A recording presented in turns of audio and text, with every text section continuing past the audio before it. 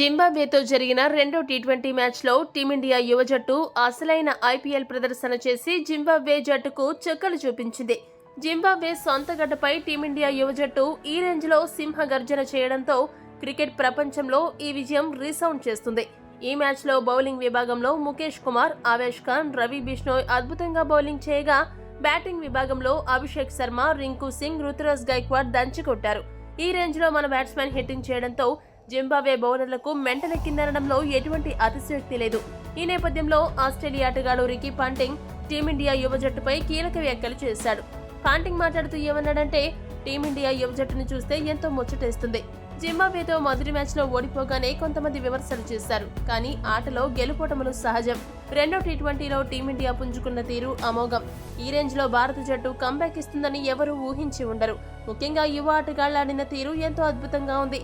T20 ప్రపంచ cup ముగియగానే విరాట్ కోహ్లీ, రోహిత్ శర్మ టీ20 క్రికెట్ కు రిటైర్మెంట్ ప్రకటించారు. ఈ పరిస్థితుల్లో వారి స్థానాలను ఎవరు భర్తీ చేస్తారనే అనుమానం చాలా మంది అభిమానుల్లో ఉంది.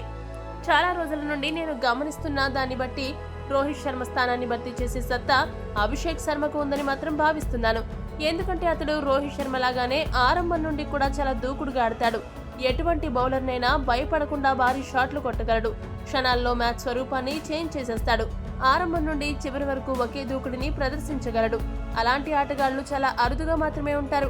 అందుకే రోహిత్ శర్మ స్థానాన్ని అభిషేక్ శర్మ భర్తీ చేస్తాడని భావిస్తున్నాను.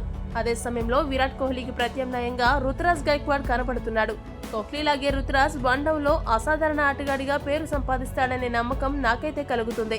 అతనికి మరిన్ని అవకాశాలిస్తే రాబోయే రోజుల్లో ఈ విషయమై మరింత స్పష్టత వచ్చే అవకాశం ఉందని పాంటింగ్ తన అభిప్రాయాన్ని వెల్లబుచ్చాడు. పాంటింగ్ చేసిన వ్యాఖ్యలపై మీ అభిప్రాయాన్ని కామెంట్ చేయండి. రోహిత్, కోహ్లీ స్థానాలను ఎవరు భర్తీ చేయగలరో మీ అభిప్రాయాన్ని తెలపండి. మరిన్ని స్పోర్ట్స్ అప్డేట్స్ కోసం మా ఛానల్ను సబ్స్క్రైబ్ చేసుకోండి.